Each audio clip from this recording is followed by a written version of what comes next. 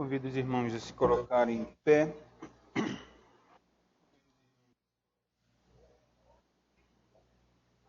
Vamos abrir a Bíblia no capítulo 4 do Evangelho de João.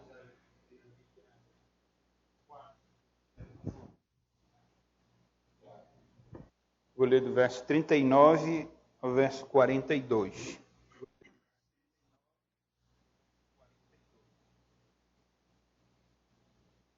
Evangelho de João, capítulo 4, verso 39 até o verso 42. Diz assim: Palavra do Senhor. Muitos samaritanos daquela cidade creram nele, em virtude do testemunho da mulher que anunciara: ele me disse tudo quanto tenho feito. Vindo, pois, os samaritanos ter com Jesus, pediam-lhe que permanecesse com eles, e ficou ali 2 dias. Muitos outros creram nele por causa da sua palavra, e diziam à mulher: já agora não é pelo que disseste que nós cremos, mas porque nós mesmos temos ouvido e sabemos que este é verdadeiramente o Salvador do mundo. Vamos orar.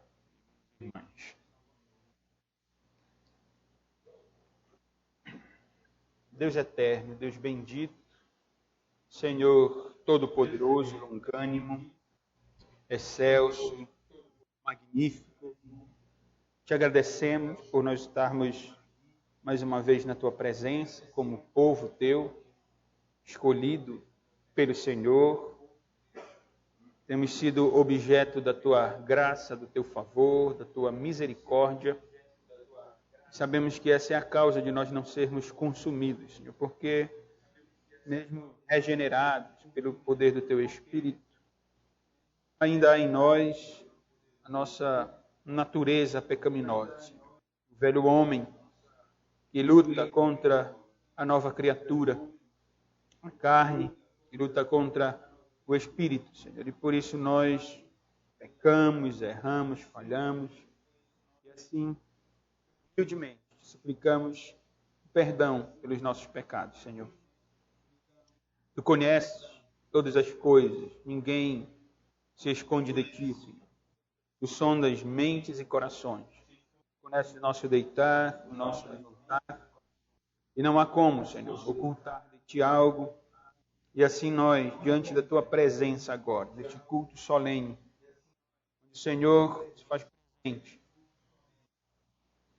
te pedimos, tem misericórdia de nós, Senhor, e recebe o nosso culto, a nossa adoração, os cânticos que entoamos, Senhor, sejam realidade no nosso coração, na nossa mente, que não tenhamos lábios hipócritas, Senhor, mas que as nossas palavras, o nosso cântico, a nossa oração sejam palavras sinceras diante do Senhor.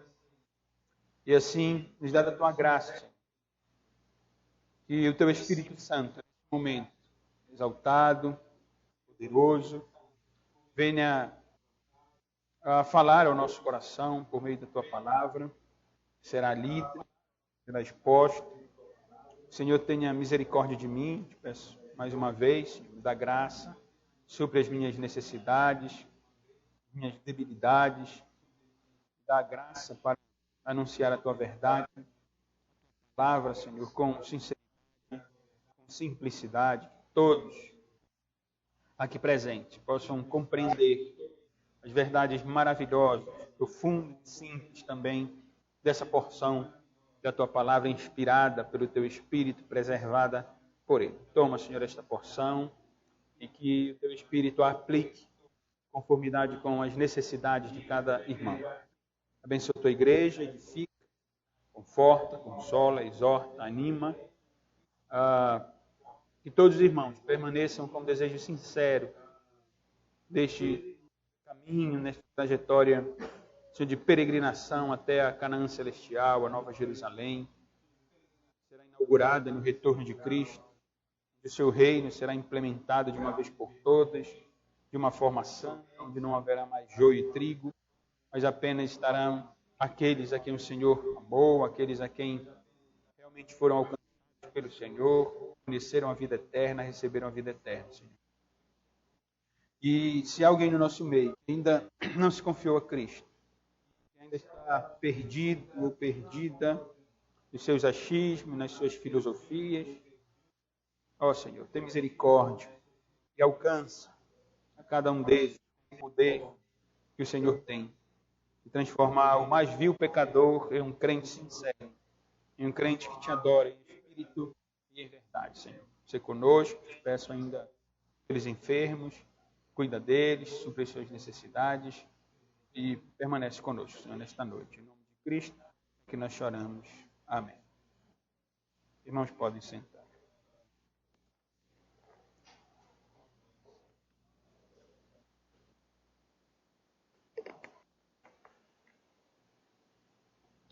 Na nossa reunião de quarta-feira, nós estamos concluindo a leitura do livro dos Salmos. Na quarta-feira passada, nós lemos o Salmo 146, onde o salmista nos exorta a não confiarmos nos homens, nos poderosos deste mundo. O salmista, sob a inspiração do Espírito Santo, disse: não confieis em príncipes, nem nos filhos dos homens, em quem não há salvação. Sai-lhes o Espírito, e eles tornam ao pó. Nesse mesmo dia perecem todos os seus desígnios. O salmo é de exaltação, de louvor a Deus, e Davi, sob a inspiração do Espírito Santo, contrasta o Deus Todo-Poderoso, o Deus magnífico, que é digno de louvor, de honra, de glória, com o ser humano, que é falho, que é limitado, que quando parte deste mundo, vão junto todos os seus desígnios, todos os seus projetos e todas as intenções do seu coração. E a pergunta que eu quero fazer, para darmos início à consideração do texto, que eu li há pouco, é em quem você tem confiado. Nós passamos por momentos difíceis, né? Seja em qualquer circunstância da nossa vida, e especificamente na situação do nosso país, onde a crise se alastra a cada dia, crise generalizada. A pergunta que nós devemos sempre nos fazer é em quem nós confiamos de fato. Confiamos nos homens poderosos, confiamos nos políticos, confiamos na história, confiamos em tradição, ou nós confiamos no único que é digno de confiança, em Cristo Jesus, que é o Salvador do mundo? Essa é uma pergunta que todo homem deve se fazer, porque não há outro caminho de salvação, não há outro meio para ser salvo deste mundo. Nós estamos estudando o Evangelho de João, que trata exatamente da pessoa do Senhor Jesus Cristo, do seu ministério terreno.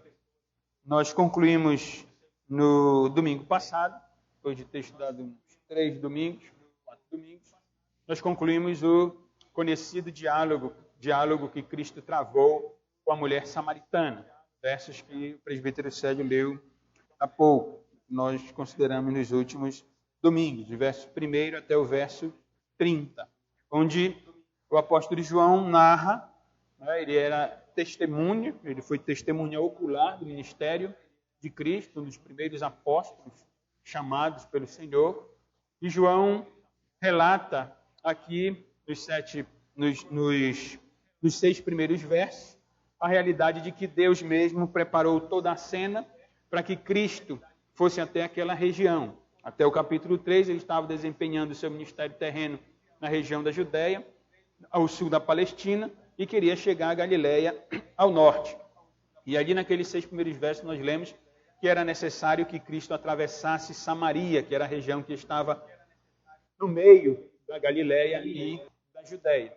E chamei a atenção dos irmãos de que a necessidade descrita pelo apóstolo João não era uma necessidade geográfica, uma vez que Cristo poderia tomar qualquer outro caminho que levasse à Galiléia. A necessidade não era geográfica, mas a necessidade era teológica. Os samaritanos não eram considerados pelos judeus como povo de Deus, embora a sua origem se remontasse a Jacó. Porém, por causa do culto misto, do povo misto que havia na região de Samaria e o culto misturado ali no Monte Gerizim, na cidade de Sicar, onde Cristo se encontra, os samaritanos não eram considerados pelos judeus como o povo de Deus. Eu disse até aos irmãos que, muito provavelmente, nem Cristo, como judeu, considerasse os samaritanos como povo escolhido, né, pelo menos naquele contexto ali, judeu, naquele contexto judaico. Portanto, Cristo tinha necessidade, ou ele viu a necessidade que Samaria tinha de ser incluída no plano de salvação. Era necessário que Cristo fosse até Samaria. E assim como Deus havia se revelado diretamente ao povo judeu, era plano do Senhor se revelar diretamente àquele povo, ao povo samaritano. A partir do versículo 7 é que nós encontramos o diálogo especificamente, onde Jesus, num primeiro momento, se apresenta como água da vida, porque nos 6 primeiros versos, na introdução, o nosso Senhor Jesus Cristo se apresentou como a fonte de Jacó, o poço de Jacó, falando da verdade de que ele é muito superior àquele poço tão importante para os descendentes naturais de Jacó. Cristo se apresenta como a água viva, como a água que da vida eterna, como a água que, de fato, sacia a sede do ser humano, uma sede espiritual. E depois, o Senhor Jesus se apresentou também como o único meio do qual alguém pode se aproximar do Senhor Deus adorando. Jesus disse à mulher samaritana que a adoração, naquela discussão da mulher samaritana com Cristo, acerca de onde se deveria adorar, eu expliquei aos irmãos que havia um altar, um centro religioso na região de Samaria e havia um centro religioso na região da Judéia. Havia um culto samaritano e um culto judaico. E a discussão entre os dois povos era onde, de fato, Deus deveria ser adorado. Cristo ensinou a mulher samaritana que nem em Sicar, nem em Samaria, nem na Judéia mais. O que importa agora é que aqueles que buscam a Deus não o busquem por meio de ritos religiosos, por meio de religiões, outras religiões, mas o importante é que o homem compreenda que para que ele se aproxime do Senhor, ele deve se aproximar do Senhor em espírito, isto é, sendo objeto do lavar regenerador do Espírito Santo, e em verdade, isto é, fundamentado na pessoa do nosso Senhor Jesus Cristo, que é a verdade, pois o apóstolo João vem nos ensinando que é Cristo quem revela o próprio Deus. O capítulo 4 do Evangelho de João é a conclusão da primeira parte do Evangelho. O apóstolo João nos deu a introdução dos 18 primeiros versos do primeiro capítulo, e a partir do versículo 19, ele começou a nos apresentar Cristo como o Filho de Deus, como aquele que revela o próprio Deus. Vai até o final do capítulo 4, quando nós estudaremos a cura que Jesus efetua no filho de um oficial ali da Galileia, porque ele irá a Galileia. A partir do capítulo 5, o apóstolo João, na continuação ainda, nos mostrará Cristo como o revelador de Deus, mas nos mostrará prodígios, milagres, e nos apresentará Cristo em confronto direto com os judeus, que, sobretudo no Evangelho de João, são apresentados como inimigos do Senhor Jesus Cristo. Hoje, eu deveria ler, pelo menos de forma ordinária, deveria considerar os versos 31 a 38. No verso 31 a 38, João coloca entre a conclusão do diálogo e a evangelização da mulher que foi até a sua cidade, uma outra cidade de Samaria. Ela tinha ido a Sicar buscar água e voltou para a sua cidade, aquela região de Samaria. E aí ele evangeliza, e alguns creem nele. Bem no meio desse acontecimento, João apresenta a conversa que Cristo tem com os seus apóstolos, com os seus discípulos, ensinando-os acerca da ceifa e dos ceifeiros. O tema é basicamente o mesmo dos versos que eu acabei de ler, que é a evangelização, que é colher aquilo que foi plantado. Mas eu preferi deixar esses versos 31 a 38 para o próximo domingo, porque achei melhor continuar a narrativa sequencial. Como eu disse, houve o diálogo, mais especificamente até o verso 26, onde Jesus se revelou como Messias, o cumprimento de todas as profecias do Antigo Testamento. No versículo 27, nós lemos que neste ponto, quando Cristo se revelou, chegaram os seus discípulos e se admiraram de que estivesse falando com uma mulher. Mencionei os irmãos, não era comum que um homem falasse com uma mulher, nem um judeu com uma samaritana. Todavia, nenhum lhe disse: que perguntas ou por que falas com ela? Quanto à mulher, diz o apóstolo João, deixou o seu cântaro, foi à cidade e disse àqueles homens: vinde comigo e vede um homem que disse tudo quanto tenho feito. Será este porventura o Cristo? E aqui no verso 29 que nós compreendemos quando nós lemos o verso 39. E é aqui que eu vou começar com os irmãos a considerar esses versos, chamando a atenção primeiro para o fato de que muitos samaritanos creem em Cristo, creem no Senhor por intermédio da mulher, por intermédio do testemunho da mulher, da evangelização dessa mulher que é samaritana. Consequentemente, a crença deles é advinda do próprio Senhor Jesus Cristo, onde confessam o Senhor Jesus Cristo como o Salvador do mundo, e esse é o tema do nosso sermão, Jesus, o Salvador do mundo. E disse aos irmãos, no verso 29, ela disse: vinde comigo e vede um homem que me disse tudo quanto tenho feito, será este porventura Cristo. No verso 39, nós lemos: muitos samaritanos daquela cidade creram nele, em virtude do testemunho da mulher que anunciara, ele me disse tudo quanto tenho feito. Ora, irmãos, esses samaritanos são, obviamente, aqueles a quem a mulher havia evangelizado. Esses homens, a mulher tinha ido a Sicar, conversou com Cristo, voltou para a sua cidade, evangelizou os homens, deu o testemunho aos homens, e os homens saíram da sua cidade e foram até Sicar conversar com o Senhor Jesus Cristo, por causa do testemunho que a mulher havia dado a eles. Ora, o testemunho dela é consequência natural, né? Consequência, na verdade, espiritual, mas no sentido natural, em que ela se encontrou com Cristo, ela teve a sua vida mudada e agora ela executa então o que Cristo havia dito a ela ainda no verso 13 e 14. No verso 13 e 14, Jesus disse: quem beber desta água tornará a ter sede, aquele, porém, que beber da água que eu lhe der, nunca mais terá sede. Pelo contrário, a água que eu lhe der será nele uma fonte a jorrar para a vida eterna. Cristo, quando falou isso à mulher samaritana, ele estava falando da realidade espiritual, soberana, né, do Senhor em conceder vida eterna a um pecador. Chamei a atenção dos irmãos durante todo o diálogo para a condescendência de Deus. Quem está conversando com uma mulher imoral, uma mulher samaritana, uma mulher, é o próprio Deus, só que encarnado. Ele condescendeu em conversar com aquela mulher, em se revelar àquela mulher. Então, quando Cristo diz, aquele que beber da água que eu der, jorrará dele ou dela uma fonte, uma água viva, ele está falando dessa ação soberana. Deus concede por meio de Cristo, unicamente por meio dele, o direito à vida eterna, o direito a uma vida santa com o Senhor, somente para aqueles que creem no Senhor Jesus Cristo. Esse é um ponto.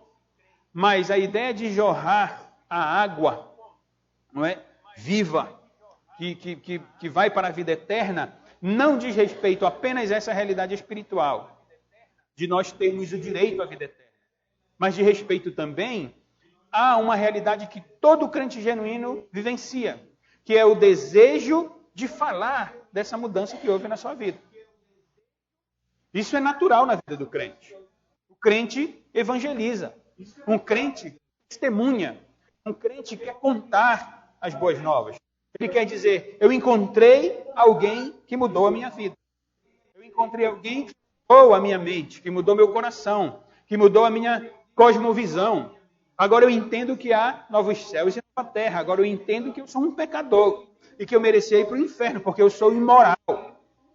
Mas Deus se revelou a mim por meio de Cristo. E Ele quer contar. Essa água, ela jorra. Essa água, ela salta. É essa a ideia. Ela não fica limitada. O contraste é o poço de Jacó, é a água de Jacó, uma água tradicional, se nós podemos dizer assim, religiosa até, com todo o seu valor ali judaico, com todo o seu valor da nutrição natural daquele povo. Uma água parada. Mas a água que conversa com a mulher é uma água viva, é uma água que jorra. E a mulher encontrou a Cristo. E é por isso que ela sai de Sicar, quando Cristo diz, eu sou o Messias. Eu disse aos irmãos, quando nós consideramos no domingo passado, eu disse aos irmãos que a mulher ainda estava presa à religiosidade, ela não entendia bem o diálogo que ela estava tratando com Cristo, ela queria ter uma discussão teológica, uma discussão local, se era em Samaria, se era na Judéia, e Cristo se revelou a ela. Ela tinha até uma compreensão do Messias. Os samaritanos esperavam alguém também que solucionasse essa divisão entre os samaritanos e os judeus. Ela tinha uma compreensão até boa teológica. Mas ela era uma mulher imoral e Cristo revelou o pecado dela e Cristo se apresentou a ela como Messias, como aquele que restaura o seu povo genuíno. E essa restauração, ela é boa nova. Ela é uma boa notícia. Eu estava perdido e agora eu fui alcançado pelo Senhor. Eu vivia em pecado, eu tinha 5 maridos, mas agora eu encontrei o homem que sacia a minha necessidade real, minha necessidade espiritual. Essa fonte jorra e ela quer comunicar isso. Todo crente vive isso. Não existe crente genuíno que encontra Cristo e fica parado e não quer fazer mais nada. Tá bom, tem direito à vida eterna. Não. Ele quer contar. Ele quer testemunhar. E no versículo 40, e o versículo 39 com os irmãos, aqueles homens que ouvem a mulher, ouvem o testemunho da mulher, certamente eles a conheciam, eles então vão até Cristo, também vindo, pois os samaritanos ter com Jesus, pediam-lhe que permanecesse com eles e ficou ali 2 dias. Esses samaritanos são da mesma linhagem da mulher. Também são considerados não judeus. Também são considerados não povo, né? Contexto judaico. Mas eles, pelo testemunho da mulher, eles vão até o Senhor Jesus e vendo quem é o Senhor Jesus, eles pedem para que Cristo fique com eles. E João nos diz que Jesus ficou 2 dias só. Vejam só, 2 dias apenas. Porque, na sua soberania, Deus viu que eram suficientes 2 dias para que aqueles samaritanos, né? Vamos pensar como judeu, samaritanos, povo de 2ª classe, que tem culto misto, nem religiosos são, de fato, não são como nós, judeus, de linhagem, de fato, que adoram em Jerusalém. É povinho, 2 dias. E Cristo ficou com eles. João não nos diz o que Cristo ensinou, o que Cristo fez, o que Cristo falou. Mas o Espírito Santo nos diz, por meio do apóstolo João, que a ideia no verso 41, muitos outros creram nele, a ideia de que o número foi maior do que os do verso 39. Muitos samaritanos daquela cidade creram nele em virtude do testemunho da mulher. Mas aqueles que creram em Cristo, ouvindo o testemunho do próprio Senhor Jesus, né, o Deus encarnado, o Messias, a água viva, a fonte de Jacó, o caminho de adoração a Deus, foi muito maior. Muitos outros creram nele por causa da sua palavra, isto é, por causa da palavra do próprio Cristo. E dizia uma mulher, já agora não é pelo que disseste que nós cremos, mas porque nós mesmos temos ouvido que este é verdadeiramente o Salvador do mundo. Bom, os samaritanos, agora, à semelhança da mulher, se encontraram com o próprio Salvador. Eles tinham sido expostos, creio eu, o Evangelho não nos diz, não sabemos o que Cristo ensinou, mas creio eu que pelo contexto do capítulo 3 e do capítulo 4, o que Cristo ensinou Foi as mesmas realidades espirituais ensinadas a Nicodemos e a mulher samaritana. Para lembrar um pouco, o apóstolo João traz dois extremos. No capítulo 3, o religioso Nicodemos, fariseu, líder religioso, líder judaico, um judeu, um homem. E no outro extremo, uma mulher samaritana, imoral. E o apóstolo João nos ensina, o Espírito nos ensina por intermédio do apóstolo, tanto o religioso, quanto a não religiosa, quanto a imoral, precisam de Cristo. Precisam de salvação.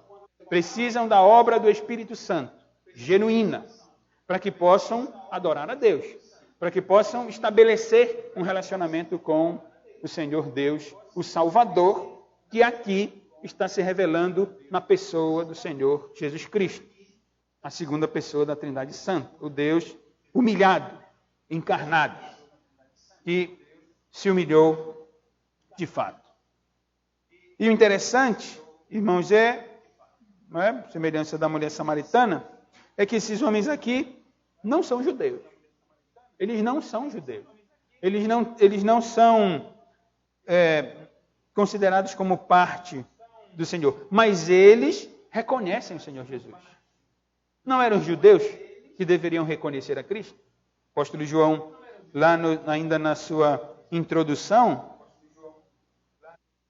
no verso 10 do capítulo 1, ele disse: o verbo estava no mundo, o mundo foi feito por intermédio dele, mas o mundo não o conheceu. Verso 11, veio para o que era seu.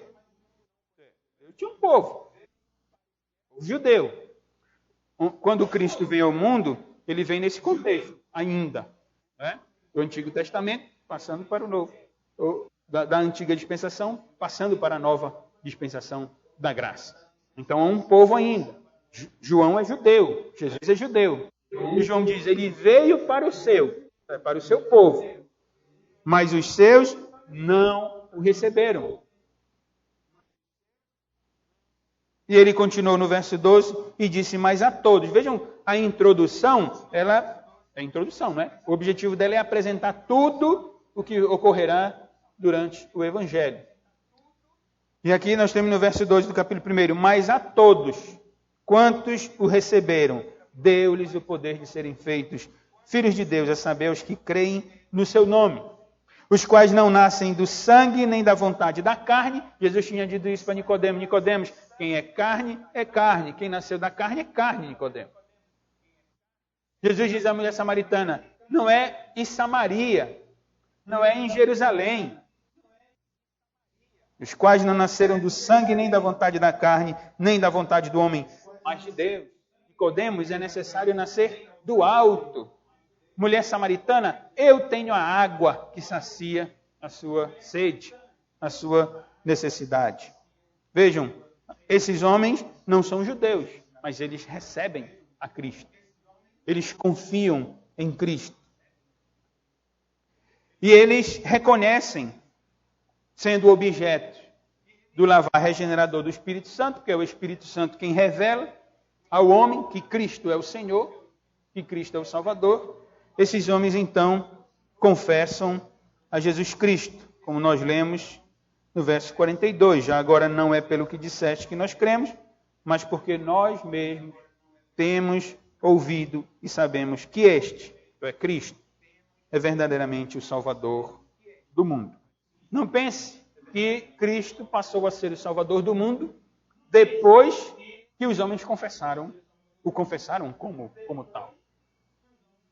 Não é assim. Não é assim. No final do capítulo...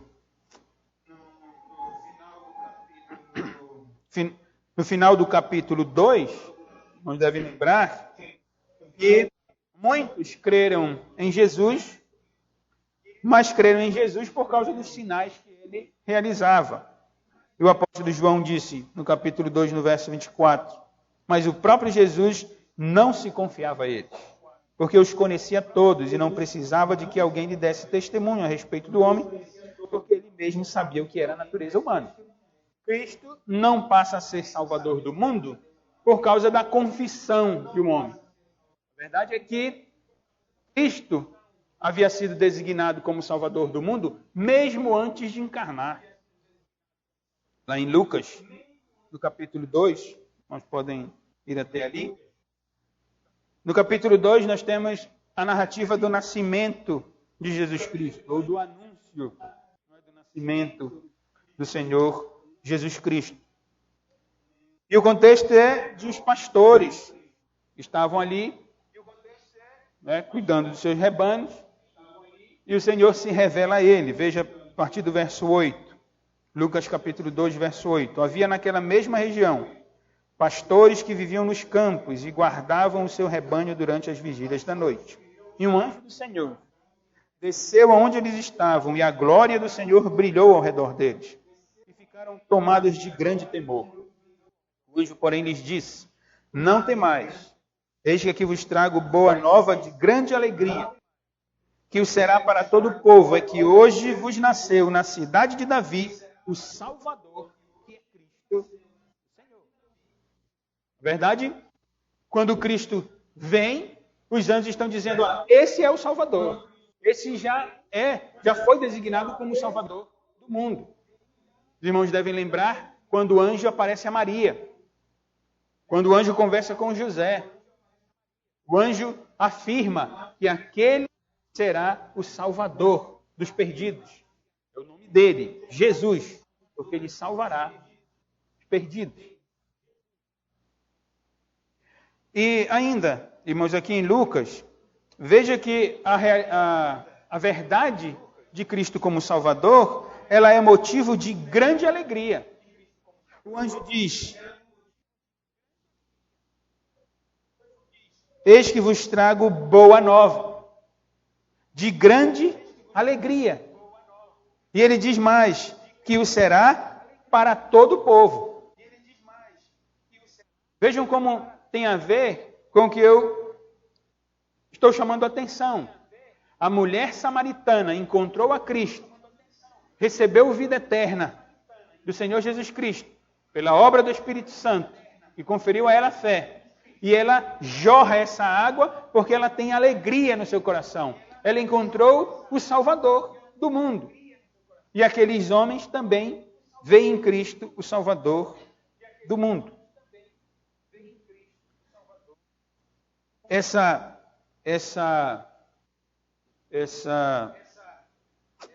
classificação, esse atributo de Cristo como o Salvador do mundo, ele é também reconhecido pelos apóstolos. Eles receberam a revelação do Senhor Jesus.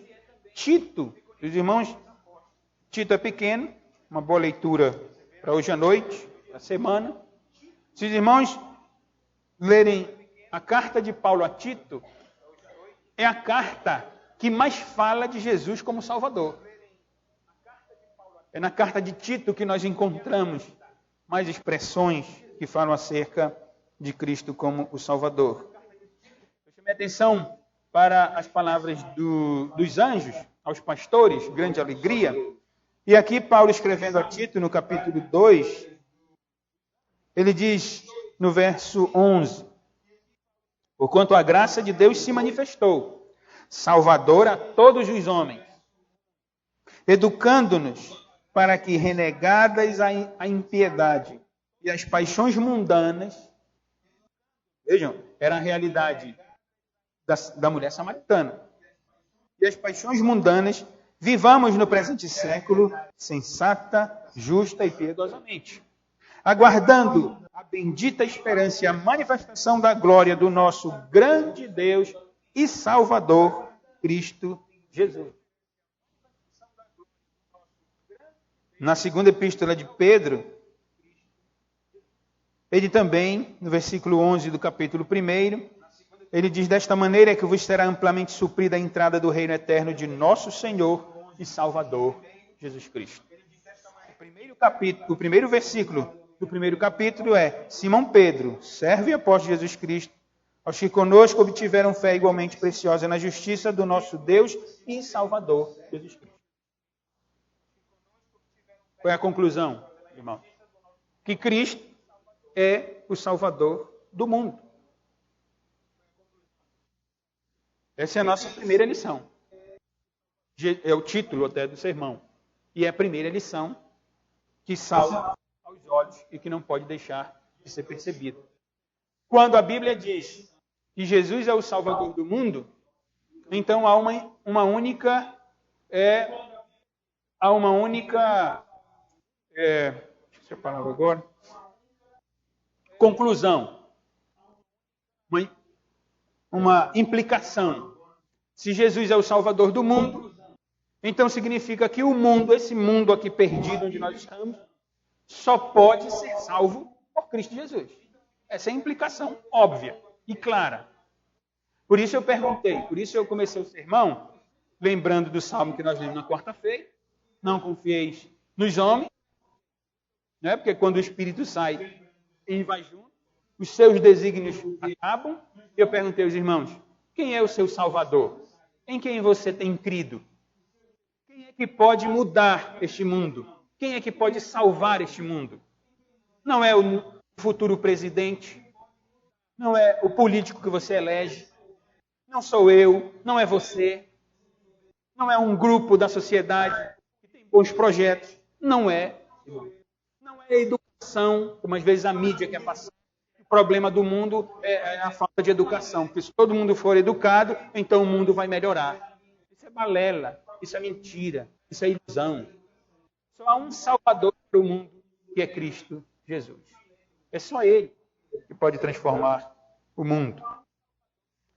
A Bíblia de Estudo, nova tradução na linguagem de hoje, ou os estudiosos, né, que confeccionaram a Bíblia, eles têm uma percepção interessante aqui nesses versos, né, contando até com a conversa que Jesus teve com a mulher samaritana. Os irmãos podem acompanhar aí, na Bíblia, nova tradução na linguagem de hoje, a seguinte observação, que a revelação acerca de Cristo aqui nesses versos, ela é até progressiva. Porque no versículo 9, Jesus é apresentado como judeu, um simples judeu. No versículo 12, ele é apresentado como alguém mais importante do que Jacó, como profeta no versículo 19, como Messias no versículo 29, o cumprimento das profecias, até que chegamos no verso 42 e ele é apresentado como Salvador. Ele é a única solução para o mundo perdido, irmão. E ainda, ele é o Salvador do mundo. A conversa que Cristo teve com Nicodemos e a conversa que Cristo, ou o sermão que ele pregou, não é porque ele pregou para o religioso e para a mulher imoral. A pregação de Cristo, as palavras do Senhor, mostram a realidade de que Jesus é Salvador, mas é Salvador do mundo, não é Salvador de um grupo específico da sociedade. Ele não é o Salvador dos judeus. Ele é o Salvador do mundo. A salvação veio dos judeus, vem dos judeus, porque Cristo é judeu e Deus se revelou primeiramente àqueles povos. Mas a compreensão de que Deus escolheu apenas os judeus para serem salvos não faz justiça ao ensino bíblico. Cristo é apresentado como o Salvador do mundo. Isto é, Cristo salva qualquer um, independentemente da religião, independentemente da situação econômica, independentemente da raça, independentemente de cor, de tamanho. Cristo salva a todos aqueles que vão até Ele com fé. Ele não salva todos. Ele não salva o mundo todo, porque os judeus o rejeitam. Os judeus, aqui no apóstolo de João, no Evangelho de João, os judeus são apresentados como aquele grupo que rejeita a Cristo. Mas Cristo é Salvador do mundo, irmãos. Ele veio para salvar os perdidos. Eu disse aos irmãos, esses samaritanos não eram judeus. Eu tinha dito aos irmãos, o maior problema, eu volto a Nicodemos porque está no contexto, não é? O maior problema de Nicodemos era a sua religiosidade. É verdade que depois ele se converte, mas pelo menos no início era a sua religiosidade. E da mulher samaritana também, né? Religiosidade diferente, mas era. Entretanto, a mulher samaritana reconhece Jesus como Salvador do mundo, assim como aqueles samaritanos. Né? Ela reconheceu isso a ponto de evangelizar, a ponto de proclamar. Se a primeira lição é Jesus é o Salvador do mundo, então a segunda, dentro desses versos que nós consideramos, é a evangelização. A importância da evangelização.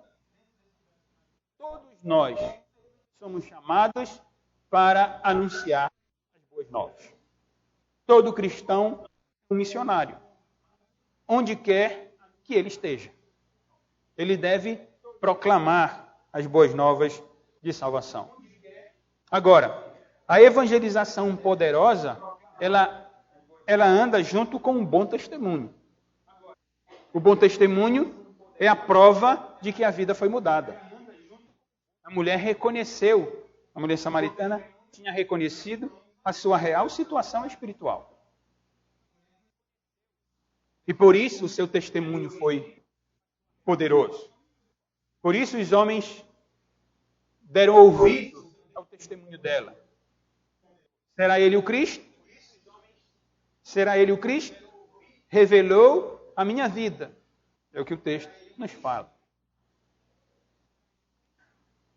Quando evangelizamos, irmãos, e evangelismo não é um método, não. Você evangeliza uma carta, com um e-mail, na internet, em casa, no vizinho, no trabalho. E Cristo nos chama para isso. Porque, veja, esse é o plano de Deus. Deus não salva o homem para que ele saia do mundo e então agora faça parte apenas de um grupo e fique fechado naquele grupo e está ali num grupo seleto apenas. E o resto do mundo que se perca. Não é assim. Como você foi alcançado pelo Evangelho? Senão por meio de outras pessoas também uma vez alcançadas. Esse é o plano de Deus. É por isso que nós devemos evangelizar. Aqueles que não têm a compreensão da doutrina da eleição, da doutrina chamada calvinista, né? A doutrina é bíblica, na verdade, mas Calvino foi quem promoveu, talvez, né? De forma bem intensa, mas a doutrina não é calvinista, ela é bíblica. A doutrina da eleição, a predestinação. Aqueles que não entendem, uma das primeiras perguntas que eles fazem é: então por que vocês evangelizam?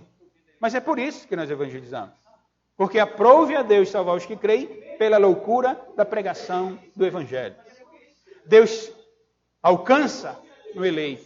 Deus alcança aquele a quem Ele quer alcançar por meio da evangelização, por meio da pregação, por meio do anúncio das boas novas. É assim que alguém é alcançado. E nós somos chamados para isso. Porque Deus ainda não encerrou o seu plano. O número das pessoas que serão salvas ainda não está completo. E nós, como igreja, nós somos instrumentos da promoção do reino de Deus, do alcance dos perdidos, para que eles sejam inseridos. Isso fez a mulher samaritana. Quando nós evangelizamos, nós compartilhamos de Cristo a pessoas. Por isso eu quero estimular os irmãos. Evangelize. Ah, pastor, mas eu não sei evangelizar. Como um crente não sabe evangelizar? É só falar de Cristo. À luz da Escritura. Fale de Cristo. Dê bom testemunho. Mostre a sua vida. Cristo mudou a minha vida. Eu encontrei a Cristo. Cristo é o meu Salvador. E Ele veio para salvar o mundo. Deus amou o mundo de tal maneira que deu seu Filho unigênito. Anuncie isso. Fale disso. Convide aquele que não... Alguns não gostam de falar muito mesmo. Convide para a igreja. Convide para a igreja, seus colegas de trabalho. Pela graça de Deus, nós temos buscado ser igreja apostólica, como nós estudamos ontem na reunião de sábado, lendo o livro A Igreja, de Edmund Clowney, da editora Cultura Cristã. Então nós buscamos, debaixo da graça de Deus, ser uma igreja apostólica, uma igreja que tem o fundamento na doutrina dos apóstolos.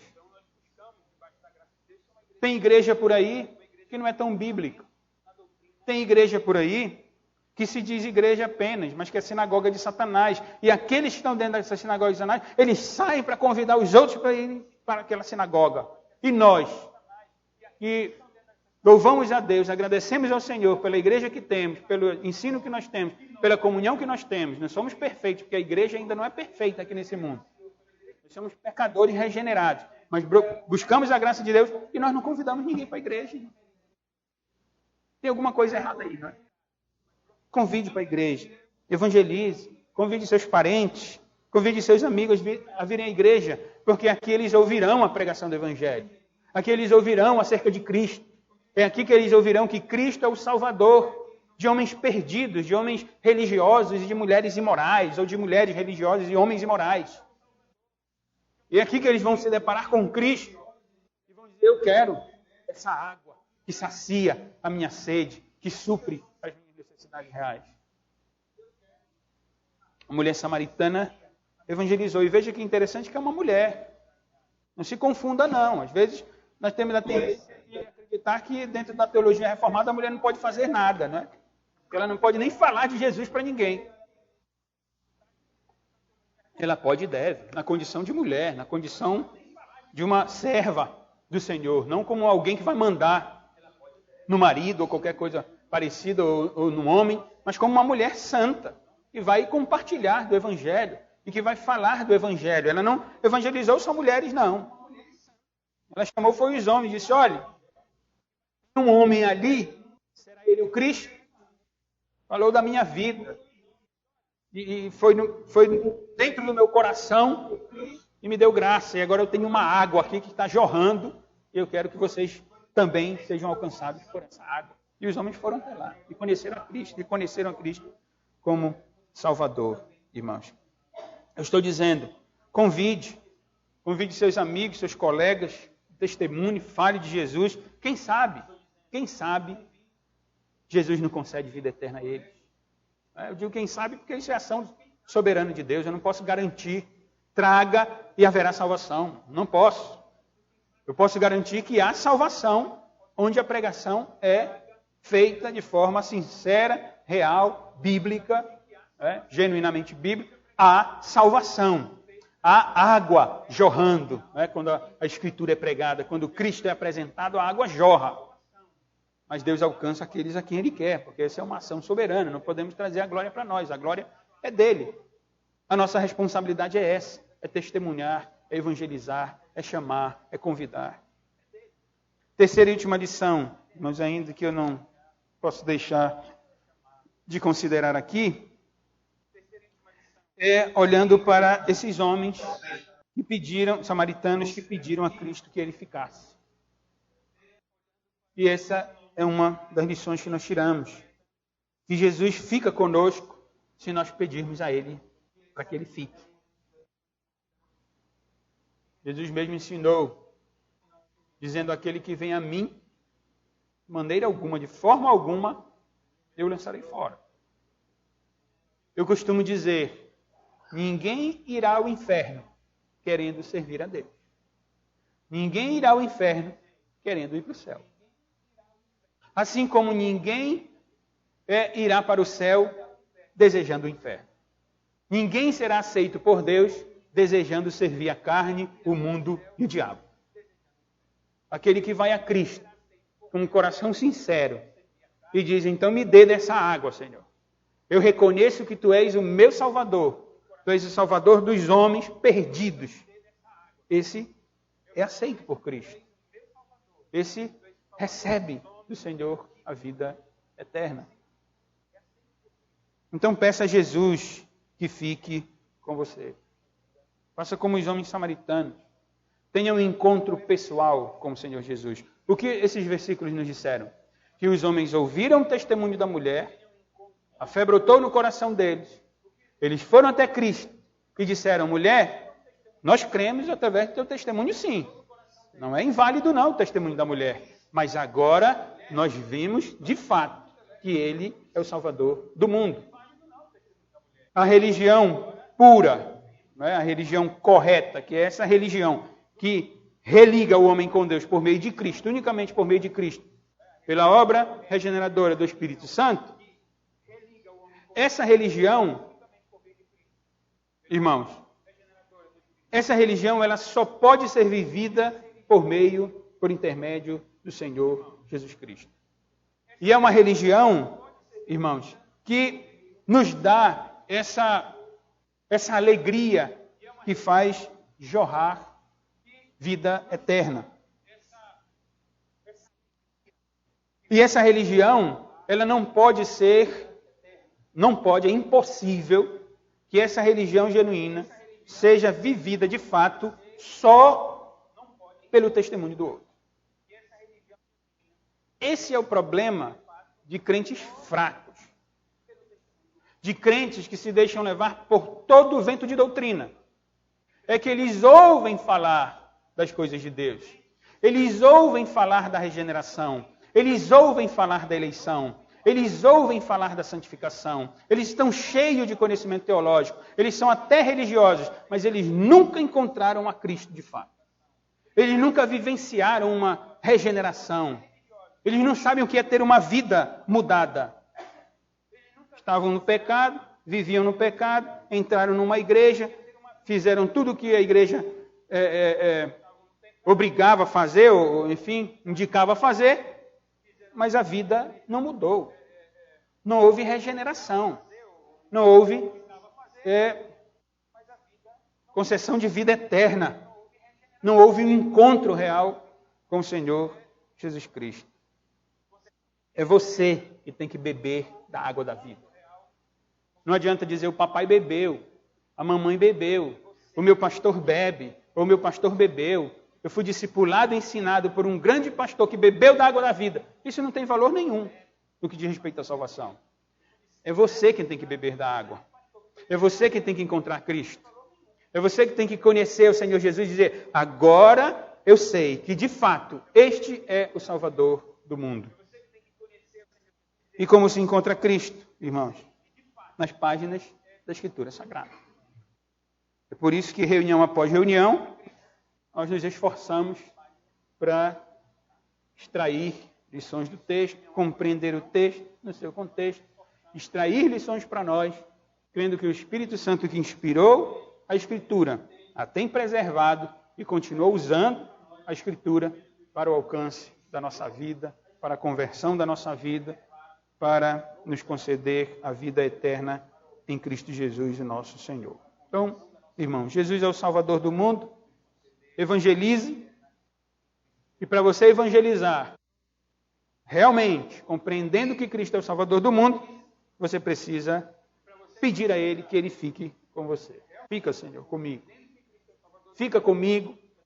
Me ensina, nem que seja 2 dias. Não é porque foram 2 dias aqui. Às vezes, alguém quer passar o intensivo que os apóstolos passaram, 3 anos com o Senhor Jesus. Para os samaritanos, 2 dias foram suficientes. Para que eles dissessem, fica, Senhor, conosco, me dá a salvação eterna. Estou ampliando aqui a realidade da vida daqueles samaritanos. Então, que Deus nos abençoe. E louvado seja o Senhor, porque Ele enviou um Salvador ao mundo. Louvado seja o Senhor, porque há evangelistas, há crentes que nos contaram o seu testemunho, que nos falaram de Cristo. Ou se não nos falaram, trabalharam para a confecção da Bíblia. Um dia nós pegamos a Bíblia e lemos a Bíblia e o Espírito Santo nos alcançou, enfim. Espero que o Senhor tenha cada um. Mas o importante é evangelizar e louvamos a Deus pelo Salvador, pela evangelização e louvamos a Deus porque o Senhor Jesus está conosco. Ele disse, eis que estou convosco todos os dias, estarei convosco todos os dias até a consumação do século. Então, louvado seja o Senhor por isso. Aqueles que se confiaram a Cristo compreendem bem o que acabo de dizer. Se você ainda não se confiou a Cristo, ainda não entende bem o Evangelho, ainda não, vá a Cristo, peça a Ele, que Ele fique com você, porque Ele é vivo, Ele está no nosso meio, Ele se manifesta por meio da sua palavra, por meio do ensino. Vá a Cristo, Ele é o Salvador do mundo, o único Salvador do mundo. Vamos ficar de pé. E eu presbítero Enio escolha um hino, um cântico, nós vamos louvar, depois eu vou orar e encerrar o culto.